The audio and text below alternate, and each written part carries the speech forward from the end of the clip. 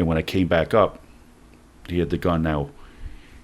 And that's when he goes, I'm going to kill you now. So he cocks the gun and he puts it right up to my forehead. And I just said, I go, okay, I'm not going to feel this at all. It's going to be quick. And a couple of seconds go by and he doesn't do nothing. And okay, that's how I became a negotiator. I see. You're probably sick to death of telling it and reliving it and so on. But can you take me through what happened the time you were taken hostage? Well, I was working in a detective squad, a normal like 4 p.m. to 1 a.m. shift, and a woman came in, domestic related. So with all domestic complaints, they have to be interviewed by detectives. I see. So the officer that took the complaint brought this woman upstairs, and I was, it was a very busy day, and so I interviewed this woman for a couple of hours, and at the time there was no real allegation of a crime at the time. Okay. Okay. This was more of a dispute because this woman they had a daughter in common, these two people, and what happened was he kind of left the scene. So she raised this kid herself. Huh. She worked hard. She was in real estate and stuff. She worked very hard and raised his daughter. And now this guy's now trying to get back into the picture. And she's like, oh, no. Like that type of situation. So she came in to make a complaint. I'm like, well, I don't see a basis for this. But during the conversation turned completely. So she now told me that she was the victim of, I forget the timeline, if it was a year or two earlier or whatever. They had gotten together. I think it was on her birthday. And they already had the daughter. The daughter was, several years old. And he said, oh, come on, can we go up to the roof? I want to talk to you. We took her up to the roof and pulled a gun on her and held her hostage, threatened to kill the daughter and her. And this is how this whole thing turned. So now... And that was about a year before you're interviewing her. What? I'm sorry. The time he pulled the gun on her, you said was about a year before. I don't know. I don't remember the exact timeline. If it was a couple of years, I think it was a couple of years before. Okay. So at that point, my argument here is like this: women put up with a lot of abuse. They do in these relationships. So my thing was, but I found in many cases that the women wouldn't. Once you threaten a child, it's like all bets are off. So I started speaking to her. I go, why did you call the police? No. I said, why not? So that was the one part that was making this a little bit unbelievable, but still, the one was animated, and so we started doing we do our thing, our background checks, everything on this guy, his name, and went through this whole thing. And I'd seen that he was arrested 20 years earlier. 20. Okay, he did have a gun right. at that arrest. But at the time, the way the way reports read and everything, they were very bland, very bland. They weren't detailed at all. Right. So, like in a case like that, when you make a gun arrest, it would be let's say a time, place of occurrence. Defendant was found to be in possession of a loaded firearm. And that's how it would say. Okay. So, that's how I started, and believe it or not, this whole complaint, now that she's generated, was not even in my precinct. It was in the Midtown North precinct. But at the time, it was so, bizarre what she was saying that I couldn't, with good conscience, pass it off like that. So I asked a fellow detective to go with me. I had a potential address. Okay. For the husband? For the husband. Okay. At least I had to speak with him. Sure. So I went out, and it was a location in Rego Park. Oh, yeah, there. Yeah. So I went out there and found a location and knocked on the door. And it all kind of went from there, because I went over to speak to him. He came out, saw him. He was, wearing jeans and a T-shirt. Nervous, like anybody would be with the police showing up. And we spoke with him, calm, good demeanor. Went in there. He actually produced like legitimate court papers, raised seals on them. So I had a conversation for a little while, Okay. and I asked him. I said, "Listen, would you want to come back with me to the precinct and talk about this? Because sometimes it's easier to talk back there." I said, "Just for more to get a feel." He's like, and he agreed. He was like, "Oh, I'll go with you, no problem. Like, not an issue." He says, "I want to bring all my papers and everything." I go, "Bring your court papers." Because I made a deal with him. I said, "Listen, I just want to go back and talk to you. You're not under arrest, nothing like that." Okay. I said, "She's making allegations. I need to speak with you. You're not under arrest." I go, "If I'm going to speak to you, everything works out." I go, "I'll serve the papers on her.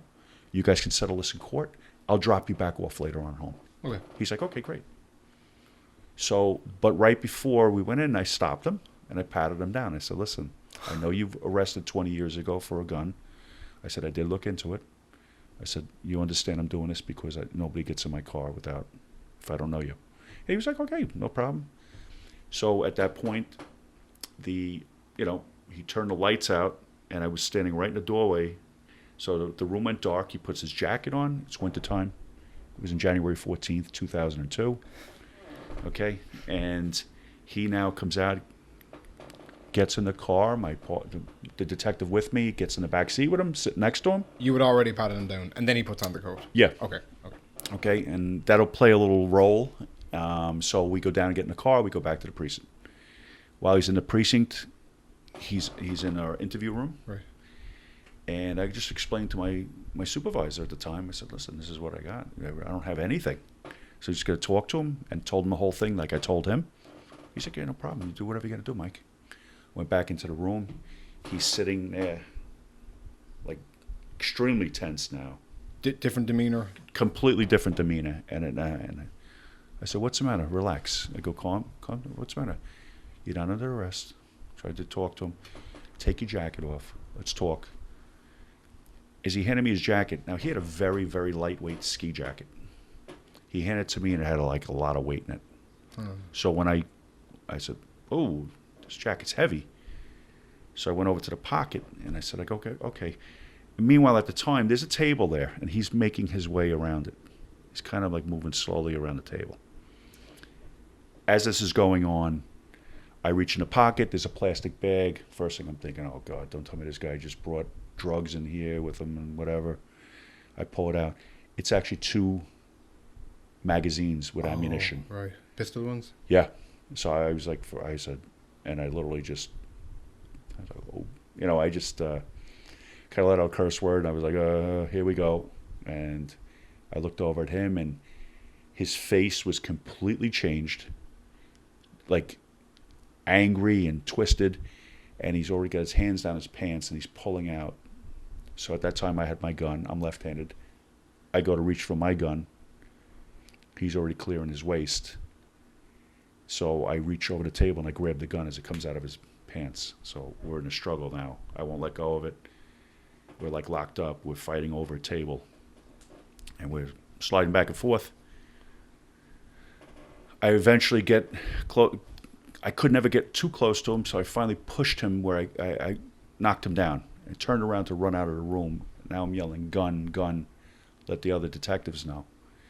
I pushed one detective behind the wall, and when I did that, I lost my footing. I hit a desk and fell backwards on my butt back in the room again. Didn't escape the room. So now I'm sitting there, and I got a couple of guys that I work with coming at me with guns, and I'm like, I think that's when I was the most scared. I love telling that story because I just teased them. I went to the range with them. I saw how they shoot. But here they are. They come running at me. Greatest guys in the world. Come running towards me. He now uses me as cover. He grabs me by my tie and is actually controlling me. And behind me with the gun to my head and pulls me back into the room, slams the door shut. And now the door is closed. That door was never really closed. Now it closed. And you were not opening it. So they're in there. They're trying to bang on the door to get in. He's trying to hold the door shut. He takes his eyes off me. I grab the gun again, but I'm on the floor. At which point I tried to grab him by his legs to take him down, and he pulls the gun out and hits me over the head. And when I came back up, he had the gun now. And that's when he goes, I'm going to kill you now. So he cocks the gun and he puts it right up to my forehead. And I just said, I go, okay, I'm not going to feel this at all. It's going to be quick. And a couple of seconds go by and he doesn't do nothing. So I look at him and he says, listen, I don't like the idea of you having a gun. I want your gun. I said, you can't have it. Wow. He goes, no, I want your gun. So he tried to go around my back and grab, and I pushed him away. He basically told me, he goes, I'm going to effing kill you. And I said, no, you're not. I said, no, you're not. I said, you want my gun. You can't have my gun. I go, fight's over. I'm going to put my hands out. Watch me. I laid down on my side on my gun. Okay. I said, I'm on my gun. I can't get to my gun. You can't get to my gun. It's done. This fight's over. At which point he wasn't comfortable with it, but he goes, okay, Mike, I respect you.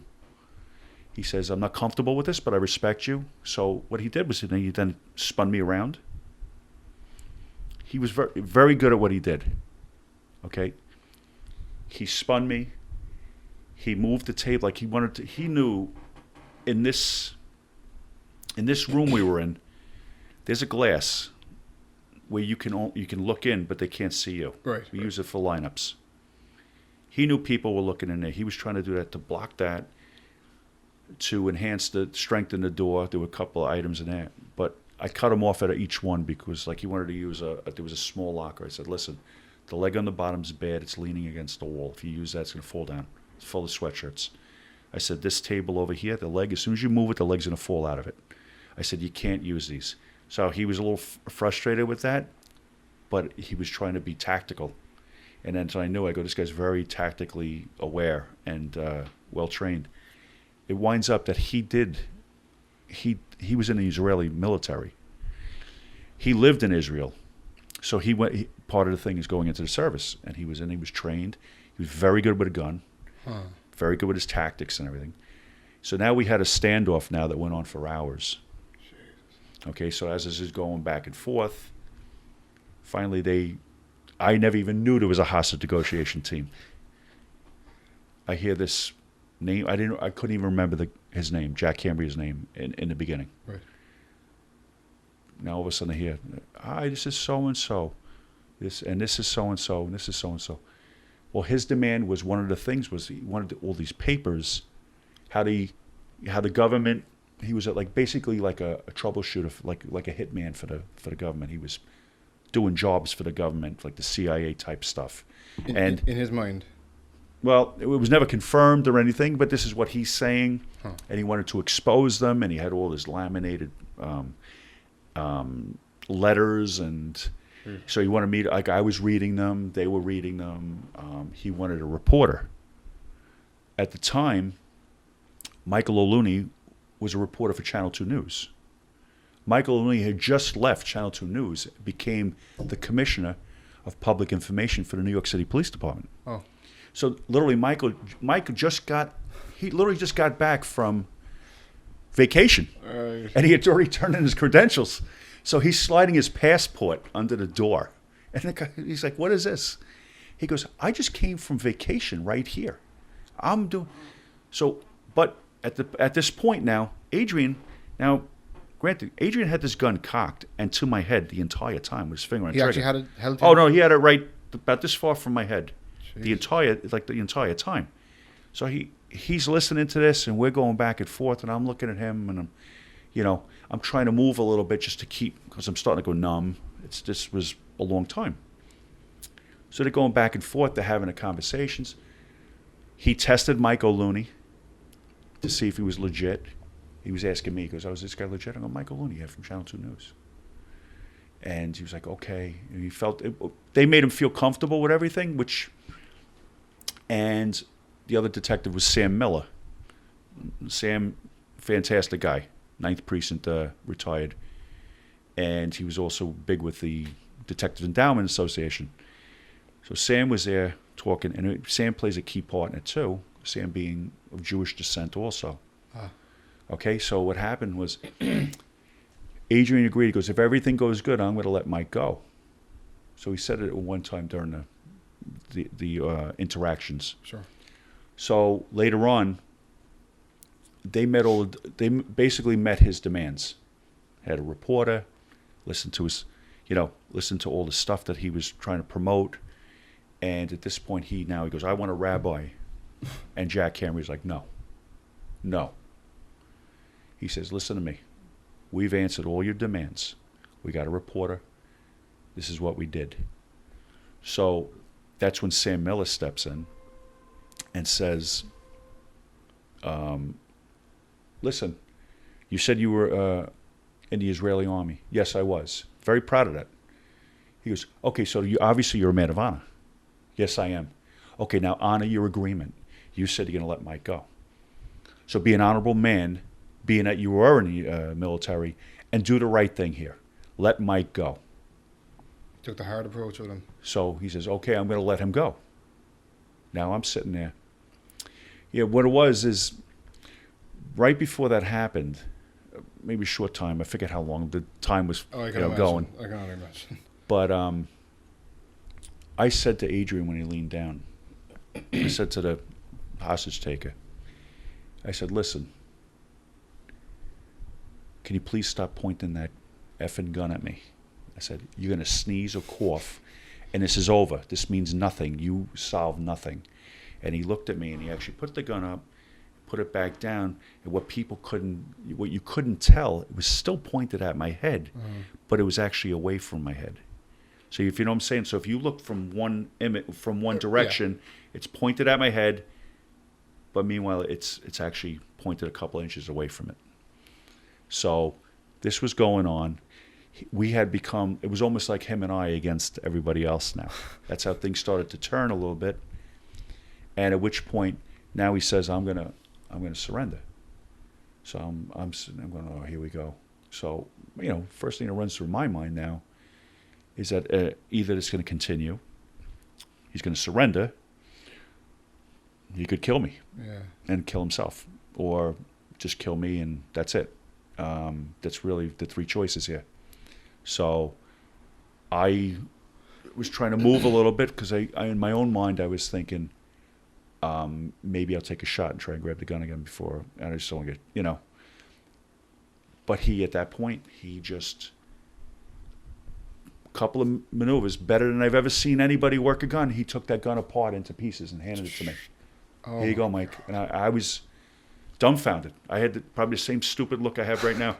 I'm like, what do you want me to do? I'm like, I don't know. Geez, let me think about this. Put your hands on the wall. Yeah. And that's what I told him. I had this gun in my hands. I said, put your hands on the wall.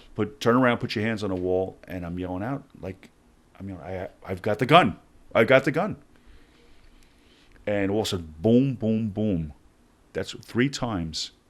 It took this. That's how bad this door was. Right. And it wasn't even really physically closed with a latch. This door was so messed up. When he slammed it, he must have just did it the right way. So it took them 3 shots with the ram, knocked the door open. The emergency service guys quickly apprehended him. Uh-huh. I'm trying to stand up at this point. My whole side's numb. And I'm like, oh. I'm holding this guy's gun in my hands. I got my gun on my hip. And at which time I walk outside. And I'm like, I'm in a daze. I got to be honest here. I'm in a daze. I'm walking. I see one. I didn't realize it was the one chief, our chief, Chief Fahey, standing there with the helmet on. He goes, how you doing, kid? I go,